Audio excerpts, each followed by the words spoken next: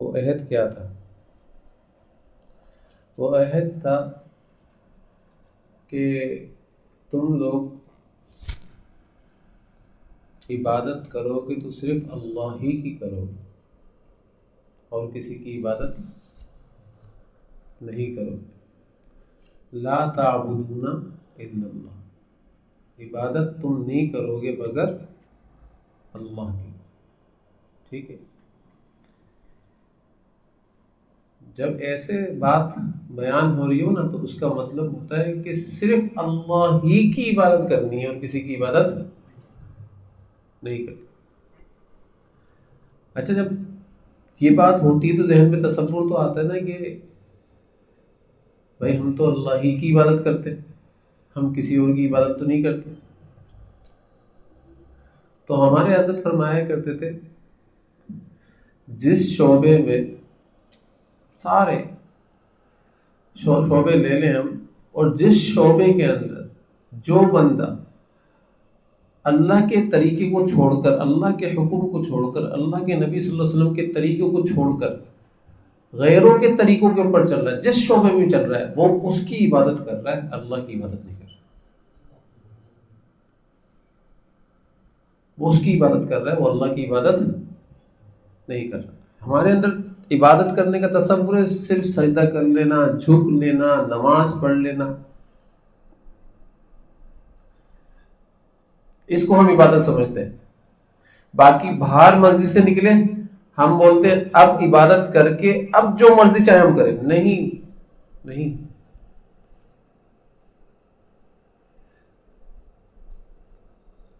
جو حکم اللہ تعالیٰ کی ذات نے جس شعبے میں دیا ہے، نظروں کے اوپر جو حکم اللہ نے لگایا نا، تو اب نظریں بھٹکنا نہیں چاہیے۔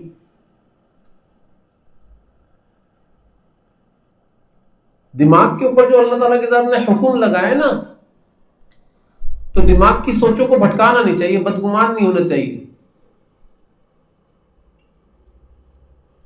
دل کے اوپر جو حکم لگایا نا اللہ تعالیٰ کی ذات نے کہ بھی کینہ مت رکھو، بغض مت رکھو، حسد، عداوت، تکبر، جلن، غصہ، یہ سارے اعمال سے اپنے دل کو پاک رکھو، دل کو صاف رکھو۔ تو اگر نہیں رکھ رہا وہ دل صاف، تو اس کا مطلب کیا ہے کہ وہ اللہ تعالیٰ کے حکم پر عمل نہیں کر رہا۔ کس پر عمل کر رہا ہے؟ نفسانی خواہشات پر۔ اس کے نفس کو کوئی برا لگتا ہے، اس بنیاد پر بس وہ برا ہے۔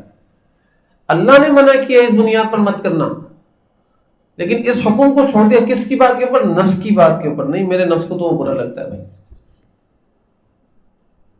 تو اب معبود کس کو بنایا؟ اپنے نفس کو۔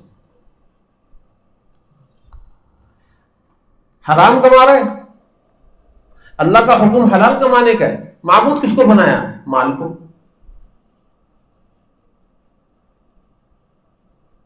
یہ مال کی عبادت کر رہا ہے۔ اس لیے جس شعبے میں بندہ اللہ کے حکم کو توڑ کر چل رہا ہے، بندہ اللہ کے نبی صلی اللہ علیہ وسلم کے طریقوں سے ہٹ کر چل رہا ہے، وہ اس شعبے میں معبود اللہ کو بنا کر نہیں چل رہا، وہ اسی چیز کو معبود بنا کر چل رہا ہے، چاہے وہ مال ہو، چاہے وہ حب جاہ ہو، اپنی عزت ہو، اپنی عزت کو معبود بنا لیا، اپنے نفس کو معبود بنا لیا، اپنی خواہشات نفسانی کو معبود بنا لیا۔ اللہ تعالیٰ ہم لوگوں کو محفوظ فرمائے۔ پھر اللہ تعالیٰ کی ذات نے جو عہد لیا بنی اسرائیل سے، وَبِالْوَالِدَيْنِ احسانہ، کہ والدین کے ساتھ احسان والا معاملہ کرو، حسن سلوک والا معاملہ کرو، اف بھی مت کہو۔ اف بھی نہیں کہہ سکتے والدین، اف اف کرنے کے اندر یوں تیوری چڑھانا بھی آتا ہے، چہرہ بگاڑ لیا، والدین نے کوئی بات کی، چہرہ کہا نہیں زبان سے لیکن چہرہ بگاڑ لیا، تو بھائی چہرہ بھی نہیں بگاڑ سکتے، ٹھیک ہے نا۔ والدین کو بھی سمجھنا چاہیے، والدین کو بھی سمجھنا چاہیے کہ جس طریقے سے اللہ تعالیٰ کی ذات نے وَبِالْوَالِدَيْنِ احسانہ کہا ہے نا، اسی طریقے سے اللہ کے نبی صلی اللہ علیہ وسلم نے فرمایا اکرموا اولادکم، اپنی اولاد کا اکرام کرو. اب اپنی اولاد کا اکرام کیسے کرنا ہے؟ مہمان آئے گا، اکرام کیسے کرو گے؟ اس کی خاطر مدارت کرو گے یا اس کو سنا کر بھدر سے باہر نکال دو گے؟ چھوٹی چھوٹی بات کے اوپر والدین کیا کرتے ہیں؟ اولاد کی توہین کرتے ہیں، بے عزتی کرتے ہیں. تو بھی توہین نہیں کرنی، تنبیہ کرنی ہے. توہین اور تنبیہ میں فرق یہ ہے کہ توہین کے اندر بچہ یہ سمجھ لیتا ہے یار یہ کیا سب کے سامنے مجھے ڈانٹ رہے ہیں، سب کے سامنے مجھے بول رہے ہیں، میری کوئی عزت ہے یا نہیں ہے؟ اب جب سب کے سامنے میرے کو لے کر ہی آ گئے، ڈسکس ہی کر رہے ہیں، تو اب ٹھیک ہے میں ایسا ہی بن کر دکھاؤں گا، سب کے سامنے ہی برا بن کر دکھاؤں گا. یہ توہین ہے. اور تنبیہ یہ اکیلے میں لے جاؤ، بیٹا کیا کر رہے تھے، ایسا تھوڑی کرتے ہیں. دین کا طریقہ یہ ہے، اللہ کے نبی صلی اللہ علیہ وسلم نے یہ فرمایا اور وہ اپنی اولاد کے ساتھ ایسا چلا کرتے تھے اور اولاد ان کے ساتھ ایسے چلا کرتی تھی صحابہ کرام کے ساتھ. تم بھی ایسے چلو نا، میں بھی تمہارے ساتھ ویسا چلنے کی کوشش کر رہا ہوں. یہ کیا ہے؟ یہ تنبیہ ہے. ٹھیک ہے نا؟ اس کو سمجھنے کی ضرورت. پھر وذل القربا. اب احسان کا معاملہ کس سے کرنا ہے؟ قرابت داروں سے بھی کرنا ہے. والیتاما، اور یتیموں سے بھی کرنا ہے. والمساکین، اور مساکین لوگوں سے بھی کرنا ہے. وقولوا للناس حسنا، یا وقولوا للمسلمین حسنا نہیں کہا. کیا کہا؟ وقولوا للناس حسنا، کہ بھئی لوگوں سے نرم انداز میں گفتگو کرنا ہے. ٹھیک ہے نا؟ لوگوں سے نرم انداز میں گفتگو کرنا ہے. جب آپ کوئی کسی کو دعوت دینے جا رہے ہو تو بھائی دعوت دینے کا اسٹائل الگ ہوتا ہے، نرم ہوتا ہے، سخت نہیں ہوتا. اگر آپ کسی کی نمائندگی کر رہے ہو تو جو نمائندہ ہوتا ہے نا وہ نرم ہوتا ہے. وہ پہلے سے طے کر لے کہ مجھے برداشت بہت ساری چیزیں کرنا پڑیں گی اور میں برداشت کروں گا اللہ کے لیے اور اس کے رسول کے لیے برداشت کروں گا. ٹھیک ہے نا؟ لیکن اپنی بات پوری کنوے کروں گا، اپنی بات جو پوری ہے نا وہ پہنچا کر رہوں گا. جو میرے اللہ کی بات ہے، جو میرے رسول صلی اللہ علیہ وسلم کی بات ہے، جو میرے شیخ کی بات ہے نا، میں اس کو پوری طریقے سے پہنچاؤں گا. اب اس میں مجھے تکلیفات آئے، پریشانی آئے، تو میں اپنی ذات کے اوپر ان تکلیفات کو برداشت کر لوں گا اور غصہ نہیں کروں گا، کیونکہ اللہ نے منع کیا کہ بات پہنچانے میں غصہ نہیں کرنا. تیوری بھی نہیں چڑھاؤں گا. میرا لہجہ کیسا رہے گا؟ نرم رہے گا. میں اخلاق کے دائرے سے باہر نہیں نکلوں گا، بد اخلاق نہیں بنوں گا. تو بات پھر دیکھو، بات کنوے کب ہوتی ہے؟ جب کسی شیخ کے جو سالکین ہوتے ہیں ان کے اندر اسٹیمنا ہوتا ہے صبر کا، غصے کو ضبط کرنے کا.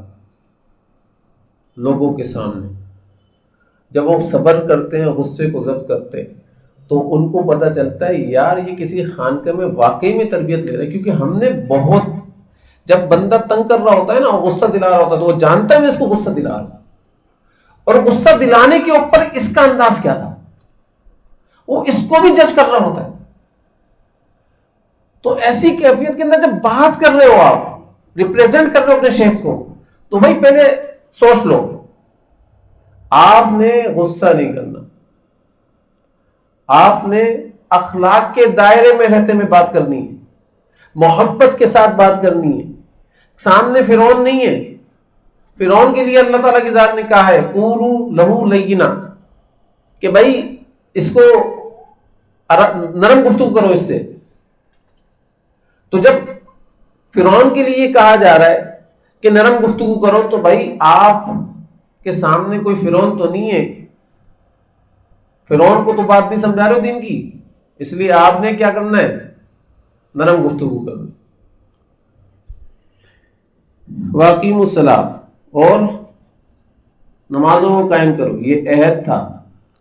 وآتوا الزکاۃ، اور زکوٰۃ ادا کرو، یہ عہد تھا۔ ثم تولیتم، پھر وہ اپنے عہد سے ہی پھر گئے۔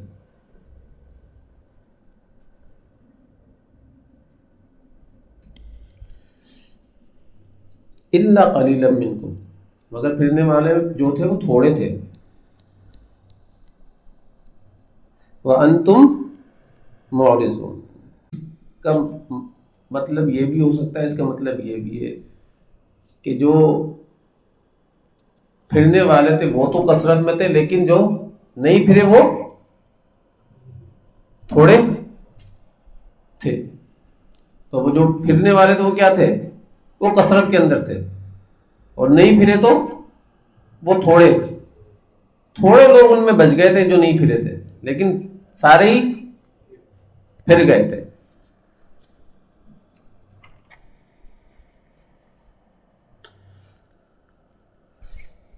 پھر جو ان سے عہد لیا گیا تھا، ایک عہد یہ بھی تھا کہ بھائی قتل نہیں کرو گے، لا تسفکون دماءکم، قتل نہیں کرو، ولا تخرجون انفسکم من دیارکم، اور اپنے گھروں سے بھی کسی کو بے گھر نہیں کرو گے، نکالو گے نہیں۔ اور تیسرا یہ عہد بھی تھا کہ اگر کوئی کسی جگہ قید ہو جائے تو اس قیدی کی رہائی کے لیے اس کی مدد کرو گے۔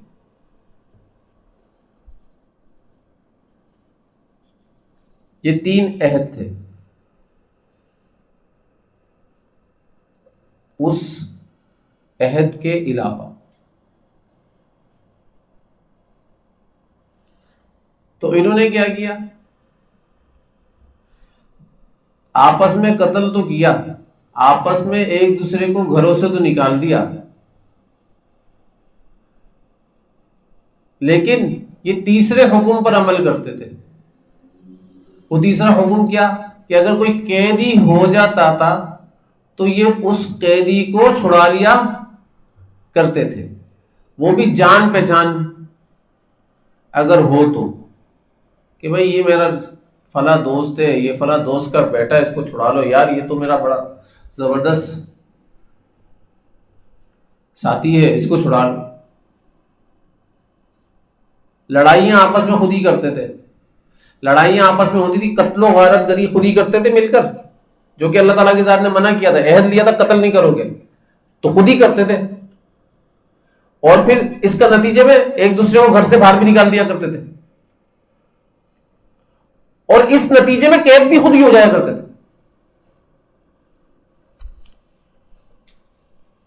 آپس میں لڑائی کی، لڑنے کے بعد بستی سے باہر نکل گئے، ایک دوسرے کو نکال دیا، اور پھر ایک دوسرے کے لوگوں کو قید بھی کر لیا اس لڑائی کے نتیجے کے اوپر۔ اب پھر چھڑوا رہے ہیں، یار یہ تو میرا بھائی ہے، اس کو تو چھوڑ دے، یار وہ میرا بھانجا ہے، اس کو تو چھوڑ دے۔ تو اللہ تعالیٰ فرماتے ہیں کہ بھائی انہوں نے اس عہد کو بھی توڑا، ان عہد کو بھی توڑا انہوں نے۔ تو بنی اسرائیل سے عہد کیا تھا؟ لا تعبدون الا اللہ، اللہ کی صرف عبادت کریں گے، وبالوالدین احسانا، والدین کے ساتھ حسن سلوک رکھیں گے، احسان والا معاملہ کریں گے، وذی القربہ، اور قرابت داروں کے ساتھ احسان والا معاملہ کریں گے، والیتامى، اور یتیموں کے ساتھ احسان والا معاملہ کریں گے، وقولوا للناس والمساکین، وقولوا للناس حسنا، اور مساکین کے ساتھ احسان والا معاملہ کریں گے، اور لوگوں سے نرمی سے، حسن اخلاق سے گفتگو کریں گے. وَأَقِيمُوا الصَّلَاةَ، اور نمازوں کو قائم کا عہد تھا. وَآتُوا الزَّکاۃ، اور زکوٰۃ کی ادائیگی کا عہد تھا. اور اس کے علاوہ یہ 3 عہد تھے. قتل نہیں کریں گے، ایک دوسرے کو بے گھر نہیں کریں گے، اور اگر کوئی ہمارا بندہ قید ہو جاتا ہے تو اس کی رہائی کے لیے کوشش کریں گے.